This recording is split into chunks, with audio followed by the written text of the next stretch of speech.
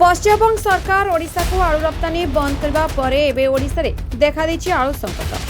केउठारे आलू 60 टंका तो आउ केउठी 70 टंका रे बिक्री होछि। गच्छित थिबा आलू आज शेष होइजिबो। सेपटे विभागीय मंत्री कहउछथि समस्या खूब शीघ्र समाधान हेबो। एपरि परिस्थिति रे बहु समस्या मधरे नाही नथिबा असुविधार सम्मुखीन होछन्ति खाउटी एवं व्यवसायी।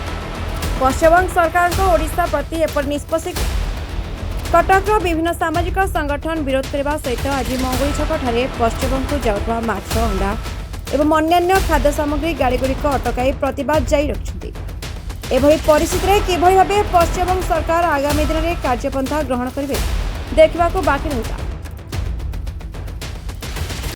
सस्मिता दास मानवाधिकार कर्मी ए परिस्थिति वर्तमान सृष्टि होइछि ओडिसा रे आलू संकट पई सामाजिक कर्मी माने रास्ता उपरक आसिया को पहिला कोउटी ना कोउटी कहार दुर्बलता सरकार ना पश्चिम सरकार ना पूर्वतन सरकार एवं पश्चिम बंगाल सरकार एथिपाई दायी। एटी हीन राजनीति चली राजनीति रे बळी पड़छन्ती ओडिसा रो निरीह जनता एवं पश्चिम बंगाल रो निरीह चासी। राजनीति जगो से माने छाडू नांती बेआईन भाबे ताको पुलिस की मध्य ताधर व्यवहार करछन्ती जोरा कि बेआईन अटे। जेपन तो ममता दीदी आलू न छाड़िबे आमे मध्य तांकर कौन खाद्य गाड़ी आम ओडिशा दे जिबाकु दबुनी एवं राज्य सरकार को आपण माध्यम अनुरोध करूछु सी जेपरी पुलिस की लगाई तांकर गाड़ी अटकाइछन्ती आम सरकार मध्य बॉर्डर मानकरे आम पुलिस की लगाई तांकर समस्त खाद्य जाउथुवा गाड़ी गुडी को बंद कर दियो। मंगुली रे प्रतिवाद रे कोन मान शामिल हेजती आज एवं निश्चित भाबे केते समय पर्यंत प्रतिवाद आपण जारी रखिबे। आज मंगल रे कटक रे विभिन्न सामाजिक अनुष्ठान योगदान करछन्ती एवं आमे देखुछु प्रशासन रो किछि प्रतिशत मिलला पर्यंत आमे एहा चालू रखिबु। ठीक अछि। Rabindra Mahapatra chairman Shri Kshetrabasi foundation. तथापि ए परिस्थिति आसिला ओडिशा पई निश्चित भाबे आज आलू गुडी गोटे जिंस 60 टंका उपरे आपन प्रतिवाद करिया को पहिला पश्चिम सरकार को चेतावनी देबा को समय आसिला कोन कहबे।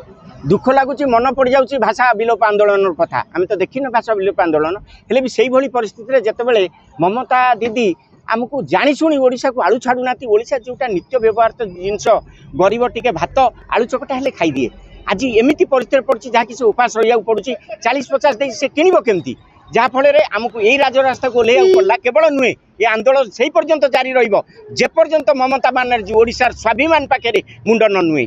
सरकार दुर्बलता रही सरकार वर्तमान सरकार चाहिए शीतल भंडार होगी किसी दिन पर्यंत बर्तमान आलू पाई पारते लोक शीतल भंडार कथा एकदम ठीक आगर शीतल भंडार वर्तमान सुधा अक्षम अवस्था अच्छी जोटा कि शीतल भंडार को पर्याप्त परिमाण नुआ करने कथा और जो पुराना अच्छी चलैले हुए तो चाषी आलू रखी आम ओडिशा छोटिया जिनस नुहे ओडिशा रे माटी अच्छी जोटा कि चाष करने अच्छी चाष कले आम भी खाई पारू ओडिशार भी किसी दोष रोचे जोटा कि चाष मैंने चाषी नक चाषी मैंने चाष न करमती होती जोटा कि आम यहीटा भी आम गोटा शिक्षार जिनस आम आगामी दिन में चाष करवा आलू आ ममता बानर्जी आज ये घड़ी मुहूर्त तांकर पक्षपातिता को आम विरोध करुचु एवं आगामी दिन में आम विरोध जारी रखी।